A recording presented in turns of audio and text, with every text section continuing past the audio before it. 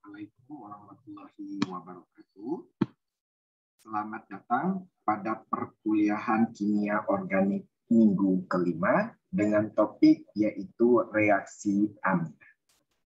Sebelum kita membahas masalah reaksi dari amina, yang pertama kali kita bahas adalah kebasaan amina. Amina tersebut bersifat basa karena dia memiliki sepasang elektron bebas. Ini sesuai dengan teori asam basa Lewis, bahwa basa merupakan spesies yang memiliki pasangan elektron bebas. Semakin besar densitas grup, maka molekulnya akan semakin basa. Yang termasuk densitas elektron ini adalah gugus alkil. Artinya, semakin besar gugus alkilnya, maka sifat basanya akan semakin besar. Karena alkil itu adalah elektron donating group atau gugus pendorong elektron. Adanya gugus pendorong elektron menyebabkan N semakin melimpah atau meruah densitas elektronnya sehingga sifat kebasaannya semakin besar. Coba kita lihat ini. Yang pertama itu adalah CH3. Ini dia 3 kali. Itu memiliki sifat basa yang lebih besar daripada CH3 dan lebih basa daripada NH2CH3. Apa penyebabnya? Karena di sini ada 3 gugus alkil, yang mana ketiganya merupakan elektron donating group atau gugus pendorong elektron, sehingga densitas elektron ke N itu semakin besar, sehingga sifat basanya juga semakin besar. Dibandingkan dengan hanya ada 2 gugus alkil yang sama. Tetapi pada fasa larutan, yang sekunder itu lebih basa ketimbang yang primer dan lebih basa ketimbang yang tersier aminanya. Kenapa? Karena itu ada faktor solvation effect. Oke, jadi diingat bahwa kalau dalam fasa gas, amina tersier lebih basa dari sekunder, lebih basa dari amina primer, dan lebih basa dari amonia karena adanya elektron donating group, yaitu berupa gugus alkil yang lebih banyak. Oke. Sebagai contoh, bagaimana kalau dia adalah pada senyawa aromatik? Ini adalah struktur dari anilin. Kalau masih ingat kuliah kimia organik 1 pada bagian senyawa aromatik. Pada senyawa aromatik, itu sifat basanya lebih rendah. Kenapa? Karena pada benzen ini terjadi resonansi. Sehingga terjadi stabilisasi, resonansi. Sehingga dia akan lebih bermuatan parsial positif, sehingga sifat basanya menjadi lebih kecil. Karena di benzen sudah terjadi resonansi yang menstabilkannya, sehingga densitas elektron pada atom N itu menjadi lebih kecil, sehingga basanya menjadi lebih lemah dibandingkan amina primer lainnya. Ingat ya, ini adalah amina primer. Oke, kita masuk yang pertama, reaksi amina yang pertama, yaitu reaksi substitusi amina dengan asil halida. Jadi ingat, asil itu apa, Pak? Ada R, ada CO, ada Cl. Ini adalah derivat dari asam karboksilat, di mana gugus OH-nya digantikan oleh Cl. Dia bisa bereaksi dengan amonia. Oke. Dia bisa bereaksi dengan amina, dan dia bisa amina primer, dan dia bisa bereaksi dengan amina sekunder. Oke, tapi dia tidak bisa bereaksi dengan amina tersier. Jadi dia asil halida bereaksi dengan amonia, amina primer, dan amina sekunder. Produknya itu adalah suatu amida, yaitu gugus Cl-nya digantikan oleh NH3. Ini digantikan oleh NHR. Ini Cl digantikan oleh NR2. Jadi, reaksi substitusi amina dengan suatu asil halida itu akan menghasilkan suatu amida. Oke, kita lihat bagaimana mekanismenya. Kita tahu bahwa asil klorida ini sifatnya adalah elektrofil, di mana ikatan rangkap antara C dengan O akan pindah ke O sehingga bermuatan parsial negatif, sehingga C-nya bermuatan parsial positif. Sementara N punya elektron bebas, itu akan bersifat sebagai nukleofil yang akan menyerang C bermuatan positif tadi. Sehingga terbentuklah keadaan transisi ini. Lalu, di sini akan N-nya bermuatan positif karena kelebihan muatan. Ini. Kenapa? Karena N cuma maksimal mengikat 3, ini sudah 4. Lalu, amina yang sama akan menarik H-nya sehingga terstabilkan lagi ya. Menjadi NH. Kurang 1H+. Ingat itu. Atau deprotonasi. Ini tidak stabil. Kenapa? Karena dia ada muatan negatif. Sehingga elektron tadi kembali menjadi rangkap disertai dengan pelepasan Cl. Sehingga terbentuklah suatu amida. Kita lihat contoh ini. Ini ada suatu asil halida. Betul, karena ada CO, ada Cl. Bereaksi dengan suatu amina primer. Betul, amina primer? Iya. Sehingga Cl ini akan digantikan oleh ini.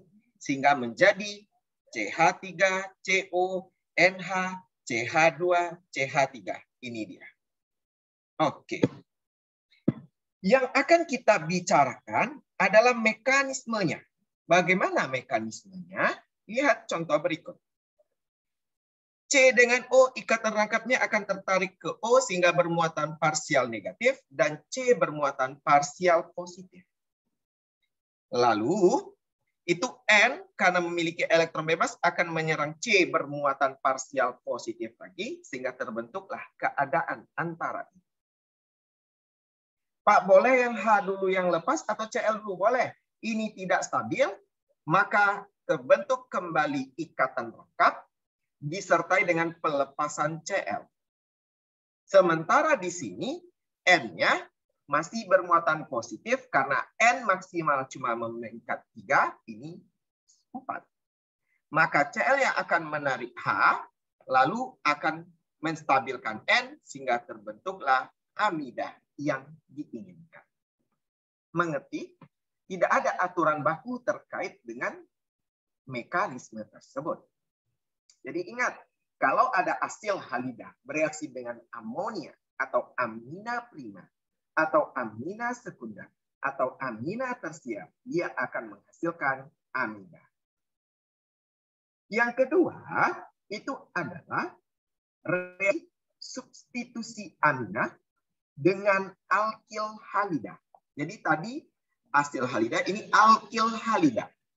Maka dari namanya kita tahu bahwa alkil halidanya nanti akan digantikan oleh NH. Maka menjadi NH2. Pasti keluar 1H+ dari sini. Ini pun begitu. Digantikan X-nya atau halidanya pasti keluar 1H+. Makanya jadi NH. Begitupun yang amina sekunder. Ini dia yang menggantikannya. Pasti keluar 1H+. Maka akan menjadi NR2. Jadi ingat bahwa kalau alkil halida bereaksi dengan amonia menghasilkan amina primer, oke. Kalau nanti alkil halida bereaksi dengan amina primer menghasilkan amina sekunder, sedangkan alkil halida bereaksi dengan amina sekunder akan menghasilkan amina tersier. Tapi alkil halida tidak bisa bereaksi dengan amina tersier. Karena tidak punya proton lagi yang bisa terdeprotonasi. Jadi ingat itu. Paham? Jadi kalau mau mengubah amonia jadi amina primer, reaksikan dia dengan alkil halida. Mau mengubah amina primer menjadi sekunder, reaksikan dia dengan alkil halida. Mau mengubah amina sekunder menjadi tersier, reaksikan dia dengan alkil halida. Kita lihat contoh. Ini adalah suatu alkil halida. Oke. Kita tahu BR adalah gugus lepas yang baik, sehingga dia lepas. Adanya elektron bebas, pasangan elektron bebas pada N, dia akan menyerang C yang bermuatan parsial positif. Lalu kemudian terbentuk ini, N-nya masih bermuatan positif karena kelebihan. Karena N cuma maksimal mengikat 3, ini mengikat 4, maka akan ditarik oleh suatu basa. Ini basa yang tadi yaitu amonia. Lalu dia stabilkan sehingga terbentuk amina primer. Jadi ingat, kalau amonia menghasilkan amina primer. Sekarang kita lihat contoh. Ini adalah suatu alkil halida. Oke. Dengan suatu amina sekunder. Oke. Berarti kalau alkil halida bereaksi dengan suatu amina sekunder, maka kita lihat. Alkil halida dengan amina sekunder pasti menghasilkan amina tersier. Berarti produk ini nanti adalah amina tersier. Caranya gampang. Berarti kita tinggal ganti BR, hanya kita kurangkan 1. Maka dia akan menjadi apa produknya? Maka dia akan menjadi CH3, ini yang CH2, CH2, CH2, CH2, N, CH3, ini yang dia. Lalu kita sambungkan dengan yang ini. Oke, maka menjadi CH2, CH2, CH2, CH3. Selesai. Lalu kalau ditanya bagaimana mekanismenya, maka sama. Yang lepas dulu adalah BR, N punya elektron bebas, akan menyerang C di sini. Udah selesai sebenarnya. Silakan didiskusikan bagaimana mekanismenya berdasarkan contoh di atas. Reaksi yang ketiga itu adalah reaksi substitusi amina dengan suatu ester, tadi dengan asil halida. Jadi kalau ada ester bereaksi dengan amonia, maka dia akan menghasilkan amida. Ini dia yang digantikan. Amidanya primer. Oke. Kalau nanti ada ester dengan amina primer, maka dia akan menghasilkan NHR. Tinggal disubstitusi, digantikan. Kalau ester bereaksi dengan amina sekunder, maka dia menjadi amida tersier. Tinggal disubstitusi. Amida tersier tidak bisa bereaksi dengan ester. Dari tadi pun begitu. Kenapa? Karena dia tidak punya H yang terikat pada N, yang bisa berfungsi sebagai deprotonasi untuk menstabilkan N nantinya. Oke. Kita lihat contoh. Ini ada suatu ester dengan suatu amina. Ini adalah amina primer. Ester dengan amina primer akan menghasilkan amida sekunder. Ini NH. Itu kata kuncinya, NH. Ini dia. Ingat. Jadi mengganti OR dengan NH2R. Jadi ingat. Langkah pertama sama. Ikatan rangkap antara C dan O akan ke O sehingga bermuatan parsial negatif ini bermuatan parsial positif. Lalu elektron bebas yang dimiliki oleh N akan menyerang C bermuatan positif sehingga terbentuk ini.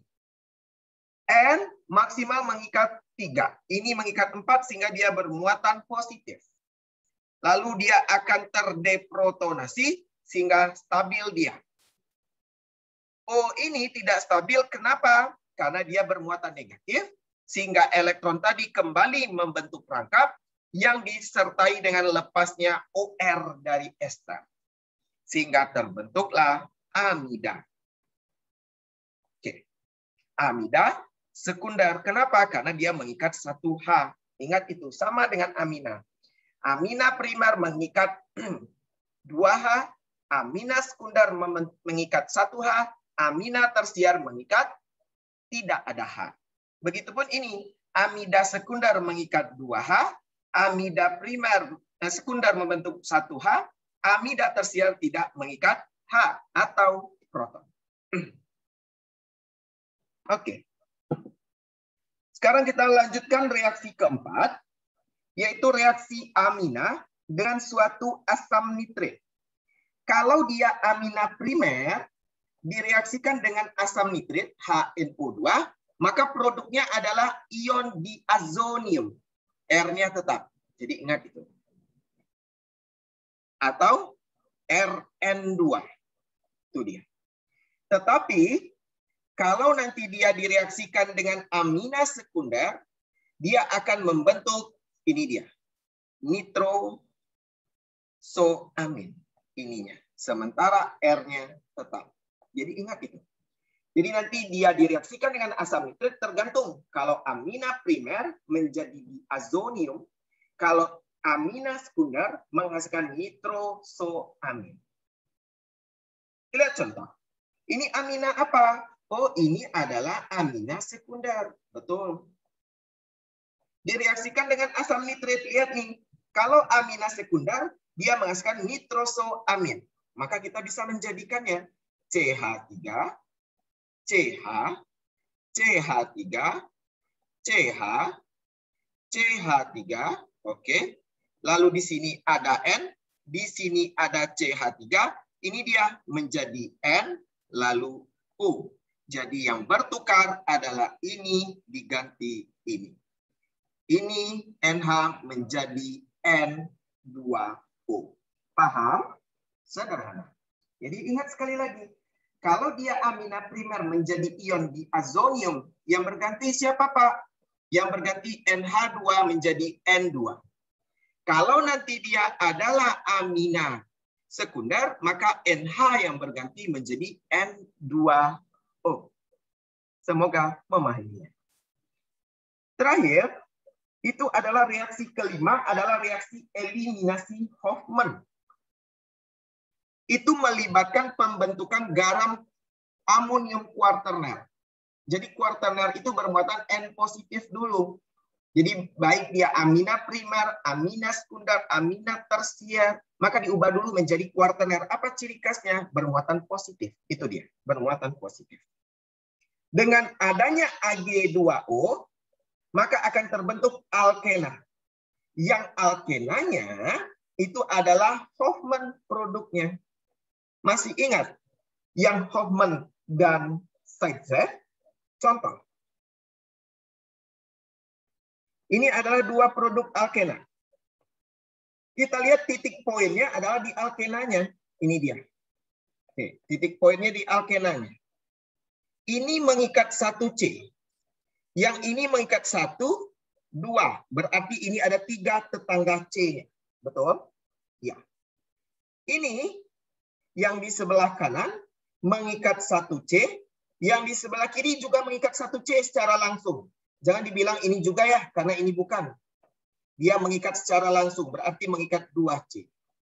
Yang punya lebih banyak tetangga itu adalah aturan Zaitsev atau produk Zaitsev. Sementara yang tetangganya lebih sedikit itu namanya produk Hofmann. Jadi ingat itu. Bahwa dia akan membentuk produk Hofmann. Sekarang kita lihat. Oke. Ini ada suatu N+. Jadi kita lihat contohnya. Oke, kita lihat. Saya jelaskan.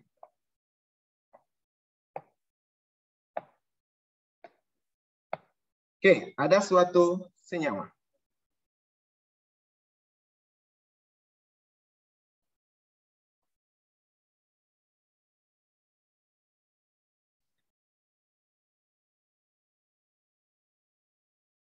Oke, kita lihat terlebih dahulu.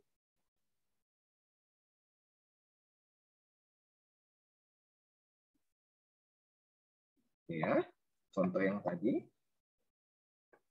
Oke.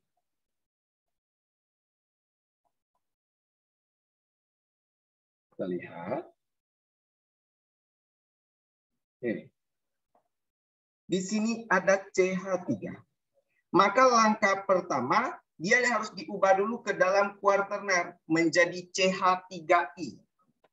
Ini punya elektron bebas, ini lepas, maka N akan menyerang CH3.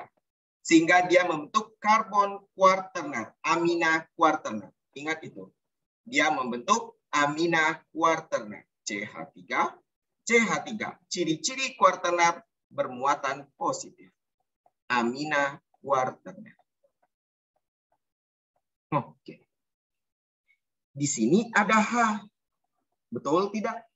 Maka dia dengan suatu basa, oke, maka ini menstabilkan N, oke, lalu OH ini mengikat H-nya dan membentuk alkena di sini, sehingga putus. Coba kita lihat. Oke, putus di sini. Sehingga di sini menjadi N, CH3, CH3. Metilasi tuntas artinya sampai hilang N-nya. Kalau kita mau menghilangkan N-nya lagi, maka kita metilasi lagi. Maka ini pergi, kemudian punya elektron bebas menyerang CH3, sehingga akan membentuk produk N, CH3, CH3, CH3 bermuatan positif. Dengan adanya basa, di sini juga ada H. Maka ikatan ini putus ke sini. Sementara OH akan menangkap H, untuk menstabilkan ini yang bermuatan positif, dia akan membentuk rangkap. Sehingga terbentuklah dia. Produk ini. Ditambah NCH3 3 kali. Inilah yang dinamakan metilasi tuntas. Artinya, amina lepas sehingga membentuk produk alkena. Sampai di sini paham? Kalau paham, silakan kerjakan latihan berikut. Selesaikan reaksi berikut. Oke. Sebagai bahan kamu untuk pemantapan. Jadi ingat, soal pertama itu cuma masalah selesaikan reaksi. Sementara nanti soal kedua, itu kita akan bicara masalah mekanisme. Jadi kamu selesaikan dulu reaksi berikut. Oke.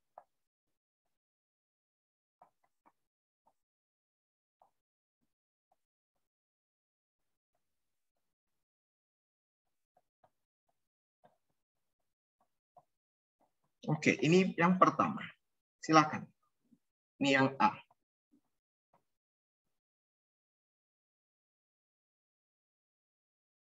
Yang kedua.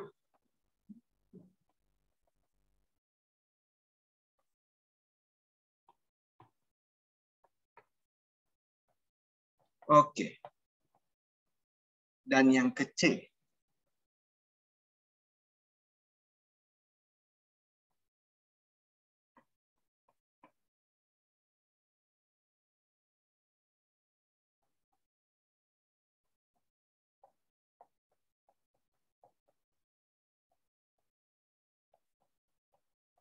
Oke, silakan.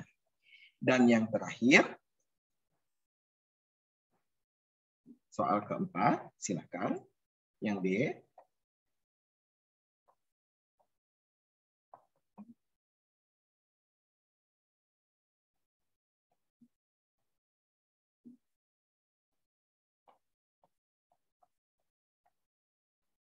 Soal yang kedua adalah sarankan mekanisme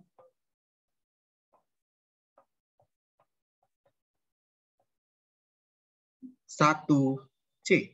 Silakan. Ini dikerjakan di jam kuliah dan kemudian kamu membuat latihan yang terdapat di halaman terakhir PPT dan kemudian diupload ke e-learning sesuai dengan tanggal yang telah ditetapkan di e-learning. Demikian pertemuan kita di minggu ke-5 ini. Terima kasih. Assalamualaikum warahmatullahi wabarakatuh.